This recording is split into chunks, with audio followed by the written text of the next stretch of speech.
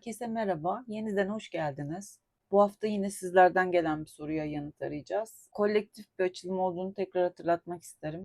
Kartların benim için ifade ettiği bazı anlamları alternatifli olarak sizinle paylaşacağım. Onlardan hangisi sizin için daha uygunsa onu kabul edebilirsiniz. Bugün yine kanala gelen sorulardan bir tanesine yanıt arayacağız. Bir arkadaşımız bize bana karşı duyguları nedir ve duygularını paylaşacağı bir adım atacak mı diye sormuştu. Aklınızdaki kişi için böyle bir açılım yapacağız ve sonra ikinci sorusuna geçeceğiz. Sizler de benimle beraber niyet edebilirsiniz. Sorularınızı aklınızdan geçirebilirsiniz. Enerjiye dahil olabilirsiniz. Şimdi herkes adına niyet ediyorum. En yüksek frekanstan en doğru bilgi için bilmemiz gerekenleri ve görmemiz gerekenleri görmek için niyet ediyorum.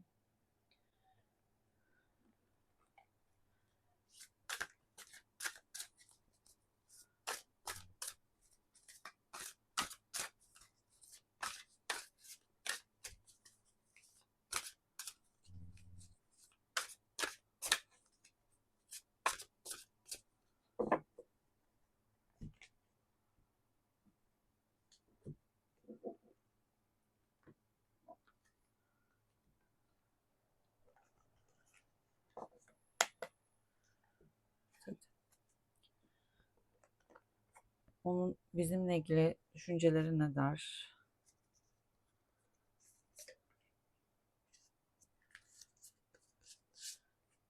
Duygularını açıklayacak mı?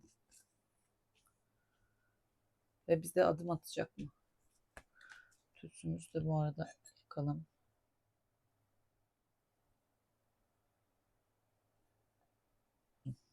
Şimdi diğer desteğini hemen Allah. Önce niyet edelim.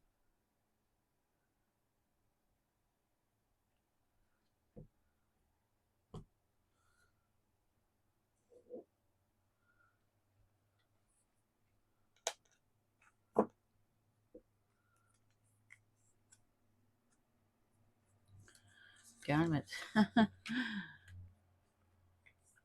Çok düşüncelerini açmak istemiyor olabilir. Bakalım ne çıkacak.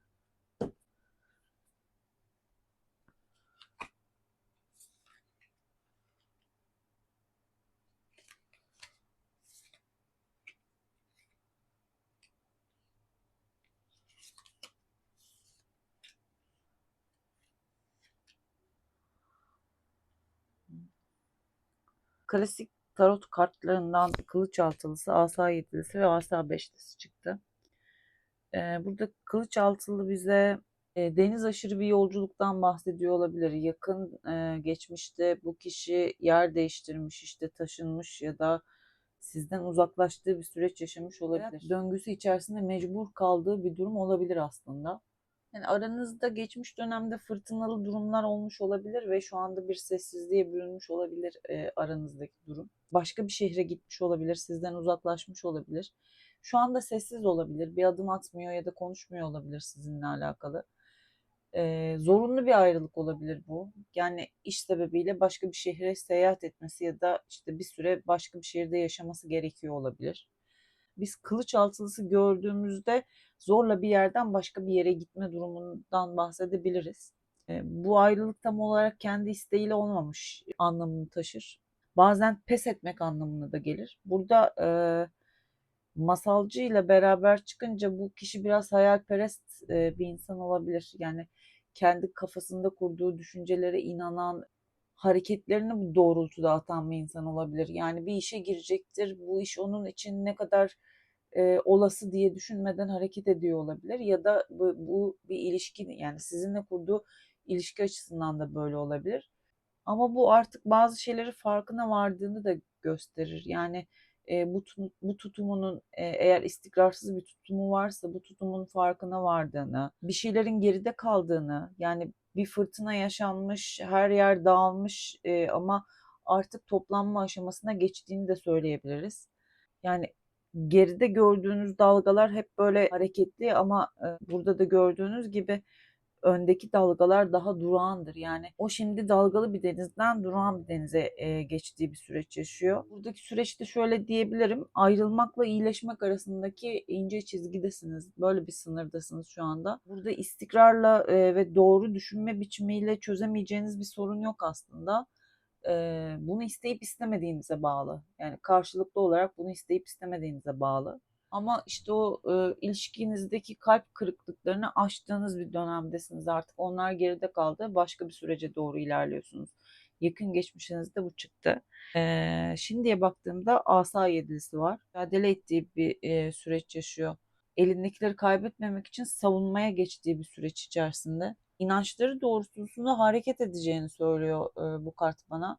İşte böyle bir meydan okuma, kontrol etme, saldırı altında olma halini de söyler aslına bakarsanız. Asa yedilisi böyle bir şey ifade eder, böyle bir şeyden bahseder. Buradaki her ne kadar meditasyon yapan ve ruhunu iyileştirmeye çalışan bir kadın görüntüsü olsa da genel anlamda buna ilave diyebiliriz ki burada birbirinize karşı çalıştırdığınız bir tetikleyici durum olabilir. Birbirinizle zıtlaştığınız, tedirgin olduğunuz ya da elinizde olanları korumaya çalıştığınız, yani belki kendi değerlerinizi de korumaya çalışıyor olabilirsiniz.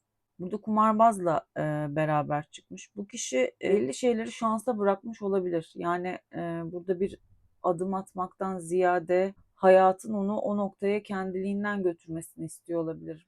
Çok çabalayarak değil de kolay yoldan kazanmak istiyor olduğunu ifade eder. Buradaki mücadeleyi biraz aslında sizden beklediğini söyleyebilirim asa yedilisiyle beraber geldiği için.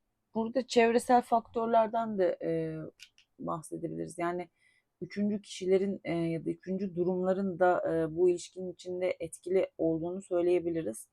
Bu ilk soruyu soran arkadaşımın ikinci sorusu üçüncü kişilerin etkileriydi. Burada üçüncü kişilerin etkileri var ama illa başka birini ifade etmez. Ailesinden biri olabilir ya da çevresinden, arkadaşlarından biri de olabilir bu kişi.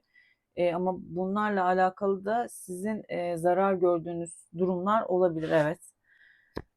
O soruyu ayrıca soracağım ama burada da çıktığı için cevap vermek istedim. Kartın mesajı şeydir, başkalarının sizin üzerinizdeki etkilerini bertaraf etme görevi verir size. Kontrolü elinizde tutmanızın zamanıdır der. Diğer kişilerin, üçüncü kişilerin dışarıda olan çevresel faktörlerin sizi etkilemesine müsaade etmeyin der. Bu sizin tarafınızdan alacağınız bir etki de olabilir ayrıca. Sadece karşı taraf için konuşmuyorum.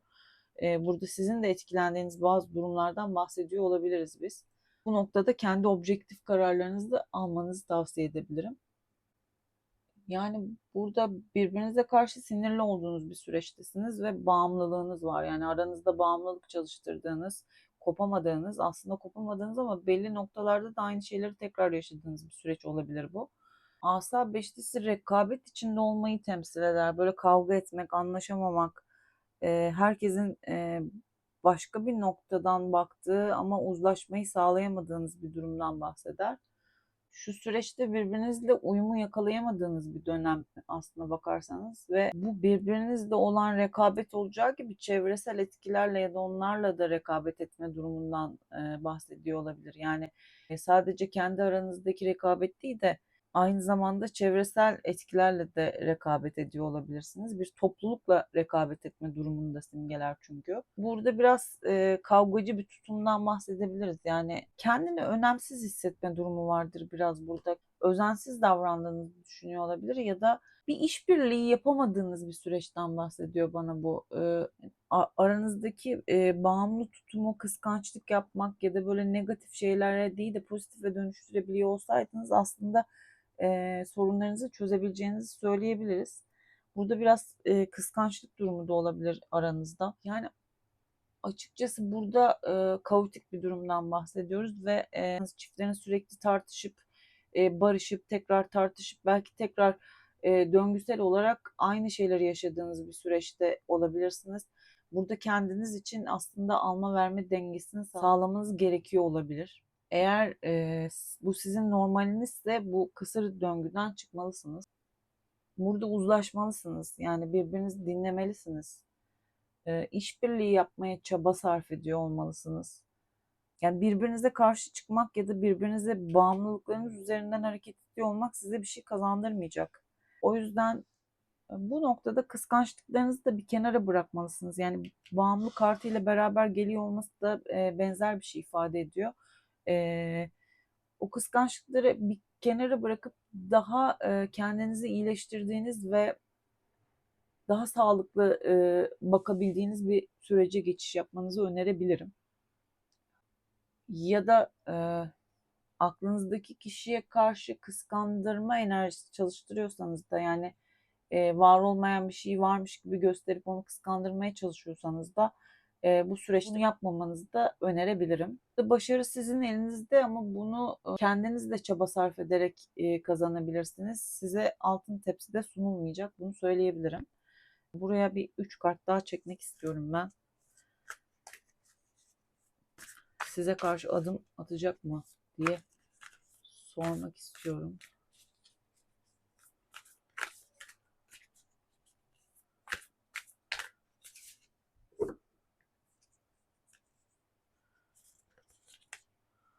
Aklınızdaki kişi size karşı adım atacak mı?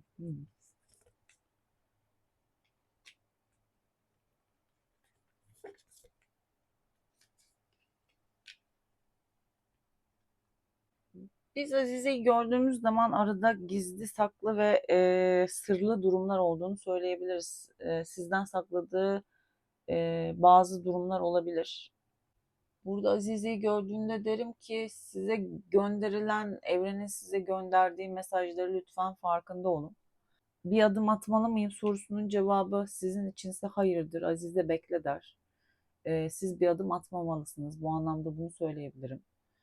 Aslında Azize partnerle uyumlu ve geleneksel bir ilişkiden de bahseder. Bir ilişki anlamında sizden birden fazla kişinin talebi olduğunu da anlatıyor olabilir. Burada şöyle söyleyebilirim bu kart için. Sorularınıza cevap bulmak için kendi kalbinizi dinlemenizi söyleyebilirim. Manevi yönü güçlü bir kadından bahseder Azize. Tabii tarot açılımında kadın ya da erkek yoktur. Dolayısıyla hepinizi kapsayan bir açılım bu. Sorumluluklarınızı yerine getirmek için de gereken cesarete sahip olmalısınız aslına bakarsanız. E, Belki burada biraz şunu da söyleyebiliriz. Gizemli davranmanız da gerekebilir aynı zamanda. Her şeyinizi çok anlattığınız ya da kendinizi çok açtığınız bir ilişki içerisindeyseniz burada birazcık daha gizemli davranmanız gerektiğini de söylüyor olabilir bize. Burada asa sekizlisi ondan bir haber alacağınızı söylüyor bana. Asa sekizlisi ya da değnek sekizlisi haber alma, iletişim demektir ve deli kartı ile beraber düşünürsek deli kartı yeni bir başlangıçtan bahseder. Heyecan verici yeni bir başlangıç. Yani ilişkinizde bir dönemi kapatıp yeni bir döneme geçiş yapacağınızı söyleyebilirim. Asa 8'lisi de sorumuz zaten size bir adım atacak mıydı? Dolayısıyla evet, bu sizin istediğiniz gibi bir adım olmayabilir. Burada bir adım var. Yani burada bir hareket enerjisi var. Zaten çıkan kartların hepsi değnekler ağırlıklı çıktı. Bu tutkudan ve hareketten bahseder değnekler bize. Dolayısıyla diyebilirim ki burada evet bir hareket enerjisi var. Asa sekizlisiyle de şunu söyleyebilirim. Bir haberleşme durumunuz söz konusu. Bu bir mesaj olabilir. Beklemediğiniz bir şekilde sürpriz bir hareket olabilir. Açılımın başında onun başka bir şehirde olabileceğini söylemiştik. Sizi ziyaret edebilir hiç beklemediğiniz şekilde. Aceleci olmayı bu tarz bir zamandan bahseder. Tutkulu bir karttır. Ani aksiyon alma, heyecan verici gelişmelerden bahseder. Kendini kaptırmayı, ayaklarının yerden kesilmesi, yani bir ilişki açılımında çıktığı zaman delice sevdalanmayı, heyecan verici zamanları anlattığı için size böyle bir adımla geleceğini de söyleyebilirim. Deli kartıyla gelmesi de, deli de zaten büyük arkanın kartıdır ve bu başlangıç aslında sizin için küçük bir başlangıç değil. Yani bu haberleşmeden sonra başka bir sürece geçeceksiniz. Sonuç kartında çıktığı için de bunu söyleyebilirim. Sevinçle ve mutlulukla atılacak adımlardan bahsedebiliriz. Son olarak deli kartına gelirsem, bunun için şöyle diyebiliriz. Tüm bu bağımlılıklarınızdan ve geçirdiğiniz tüm süreçten daha bağımsız bir zaman dilimi.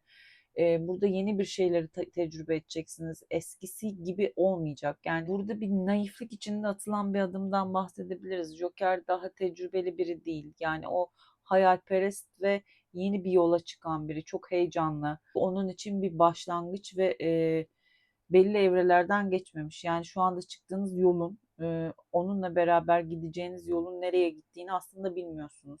Bu kartın size tavsiyesi, duygularınızın ve hayallerinizin farkına varmazsanız yaşayacağınız tecrübede çok olumlu süreçler yaşamayabilirsiniz. Dolayısıyla çevrenizde güvendiğiniz dostlarınızın size vereceği mesajları lütfen doğru değerlendirin.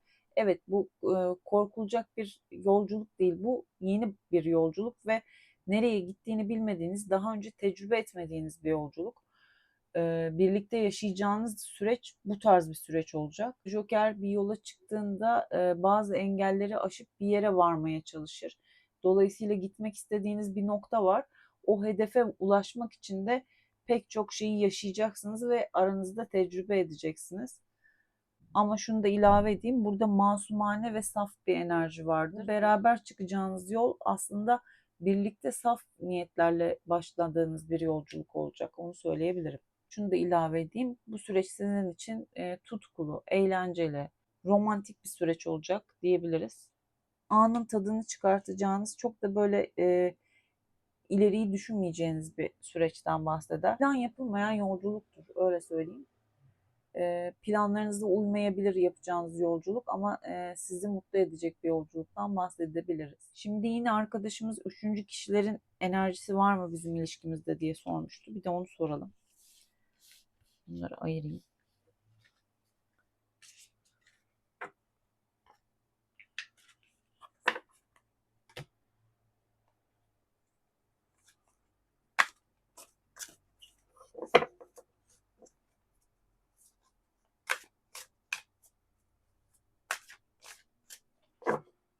Üçüncü kişilerin enerjisi var mı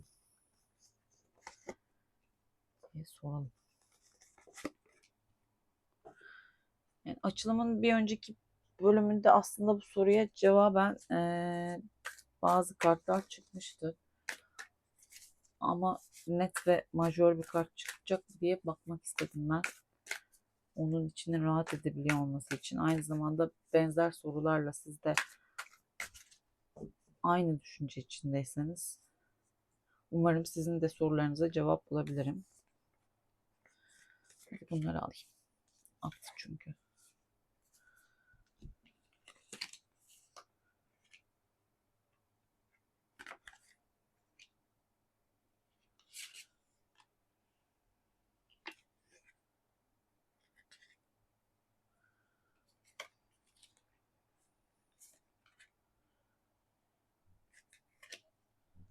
Kılıç Şövalyesi ile beraber bu kişi biraz sabırsız, böyle atik davranmayı seven, ani hareketlerde bulunan bir insan olabilir.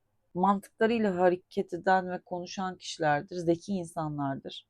Biraz asi ve cesur tavırları var. Ben burada açıkçası herhangi bir üçüncü kişi enerjisi görmüyorum. Burada kadersel bir süreçten bahsediyor. Birbirinizle yaşadığınız dönemin böyle bir dönem olduğunu söyleyebilirim. Geçmişinizde bu tarz bir durum ya da vaka ile karşı karşıya olabilirsiniz. Ama birbirinizle beraber kader çarkı olumlu bir karttır. Şöyle bir durumdan da bahsedebilirim. Yani birbirinize ne ekerseniz onu biçersiniz kartıdır kader çarkı. Bunu gördüğümde her zaman aynı şeyi söylüyorum. Geçmişte ne ektiyseniz şimdi onların sonuçlarını alacağınız kadersel bir döngü içerisindesiniz. Ama hayatın sizin için planları var ve bu planlar sizin düşündüğünüzden daha da olumlu olabilirler. Rehberle beraber gelmesi de zaten rehber, şifacı, para altılısı ve tılsım kartı geldi. Burada aranızdaki ilişkiye sonuç ya da işte problemleri çözecek. Umarım uyumlanmışızdır ama açılımın başından beri böyle bir süreçten bahsediyor bana. E, Burada diyor ki sizi şifalandıracak olan insanlar çevrenizde, size yardım edecek bazı insanlar olabilirler. Aranızdaki problemi çözmek için arkadaş çevrenizden ya da işte ailelerden destek alacağınız bir süreçte olabilirsiniz. Bunu söyleyebilirim. E, Burada olumsuz nitelikli bir üçüncü kişi durumu söz konusu değil. Kader çarkına da gelecek olursam buradaki aranızda da bir kadersel dönemden bahsediyor olabiliriz. Yani birbirinize karşı yaptığınız iyi ya da kötü davranışların da sonuçlarını alacağınız bir dönemde olabilirsiniz. Siz sanırım burada daha verici olan tarafsınız. Ama evrenin size rehberlik ettiği yeni bir süreç yaşayacaksınız aslında. Böyle bir sürece adım attınız. Bu sizin için zorlayıcı görünüyor olabilir. Çünkü sizi aslında o konfor alanınızdan çıkartmak durumunda olduğu bir dönemde biraz zorlayıcı olabilir sizin açınızdan. Ama bu olumlu olmayacağı anlamını taşımaz. Bu olumlu bir karttır. Ee, Bu kartı gördüğümde hep şey diyorum, mutlu sona ulaşmak için ilk adımdasınız. Böyle bir süreçtesiniz aslında. Burada dönüşüm ve sürekli gelişimden bahsedebiliriz. İniş çıkışların olduğu bir süreç yaşamış olabilirsiniz ama burada da yeni bir başlangıçtan söz eder. Eğer bir ilişkiniz yoksa zaten hayat arkadaşını bulacağınız anlamında da taşır. Bir ilişkiniz varsa da ilişkinizde yeni bir adıma, yeni bir döneme geçeceğinizi işaret eder. Nişan, düğün, nikah, bir sonraki evreye, ilişkinin bir sonraki evreye geçiş kartıdır. Ve bu değişiklik sizin hayatınızda her şekilde olumlu bir değişiklik olacaktır. Yani bu kart bana der ki ya aranızdaki sorunlara çözüm bulup evlilik, nişan işte ya da ilişkinin daha henüz çok başındaysanız bir sorumluluğu üzerine alma gibi bir durumdan bahsedebilir. Ya da tüm sorunlarınızı çözemeyip başka bir adımla ayrılacak da olabilirsiniz. Ama bu değişiklik her türlü sizin hayrınıza olacak bir değişikliktir. Rehber ve şifacı kartı ile beraber de aslında bunun size iyi gelecek bir süreç olduğundan da bahsedebiliriz. Son olarak cevaplar kitabından sizler için bir cevap aramak istiyorum. Şimdi benimle beraber sorunuza odaklanıp içinden seçtiğim sayfayla da sorunuza cevap bulabileceksiniz. Eril enerji için bunu seçtim. Hadi siz de benimle beraber odaklanın sorunuza.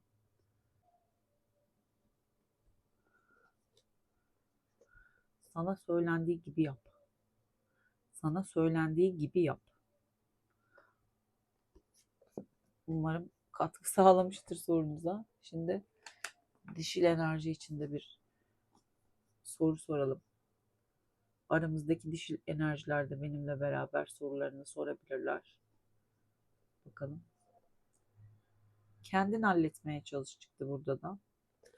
Umarım hepiniz için şifa olur. Ayrıca kanalıma yaptığınız katkılardan dolayı da teşekkür ederim. Her tip konuda mesajlar kısmından bana ulaşabilirsiniz. Sorularınızı yöneltebilirsiniz. Ayrıca Instagram hesabından da bana ulaşabilirsiniz.